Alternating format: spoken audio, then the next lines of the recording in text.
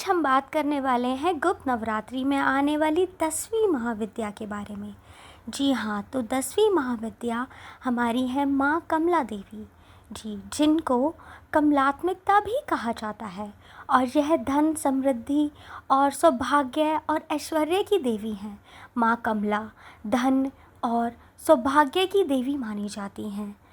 नाम और उनका स्वरूप जानने से पहले अगर आपने चैनल को सब्सक्राइब नहीं किया है तो सब्सक्राइब कर लीजिए और बेल आइकन भी प्रेस कर दीजिए।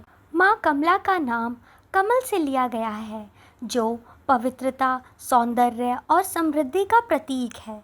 ये हमेशा कमल के आसन पर विराजमान रहती हैं और इनके हाथों में भी कमल के फूल होते हैं। माँ कमला का स्वरूप अत्यंत सुंदर और सौम्य है।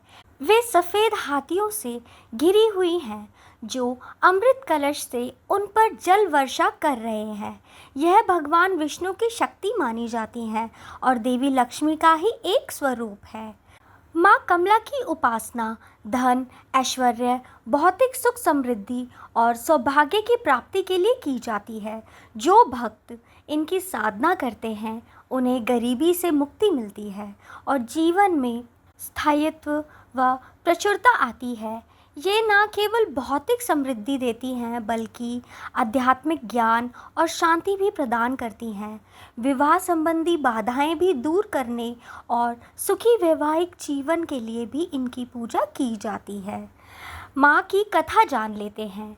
माँ कमला की उत्पत्ति के संबंध में कई पौराणिक कथाएं प्रचलित हैं, लेकिन इनमें से सबसे सर्वश्रेष्ठ कथा समुद्र मंथन की है। समुद्र मंथन से उत्पत्ति सबसे प्रसिद्ध कथा के अनुसार जब देवताओं और असुरों ने क्षीर सागर का मंथन किया तो उसमें से 14 रत्नों की उत्पत्ति हुई।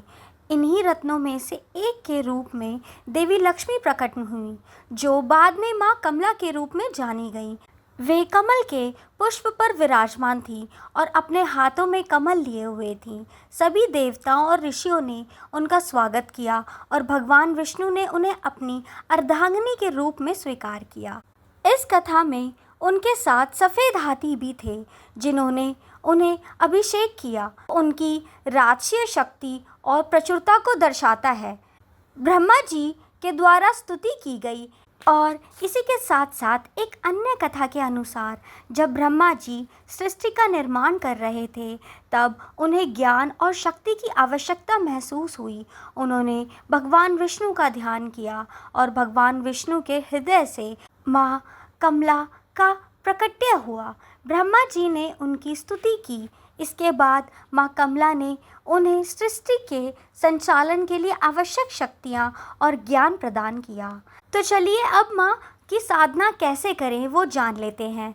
माँ कमला की साधना गुप्त नवरात्रि में विशेषकर अंतिम दिन दशमी में की जाती है। उनकी पूजा में कमल के फूल, कमलगट्टा और लाल रंग की वस्तुओं का विशेष महत्व होता है।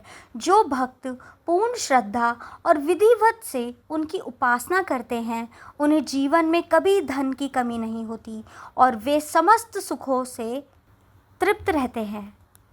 तो बोलो माँ कमला देवी की जय। तो आप लोगों को दी हुई जानकारी कैसी लगी हमें कमेंट में लिखकर अपनी राय ज़रूर दें और हमारे चैनल को सब्सक्राइब ज़रूर कर लीजिए। आप सभी का धन्यवाद।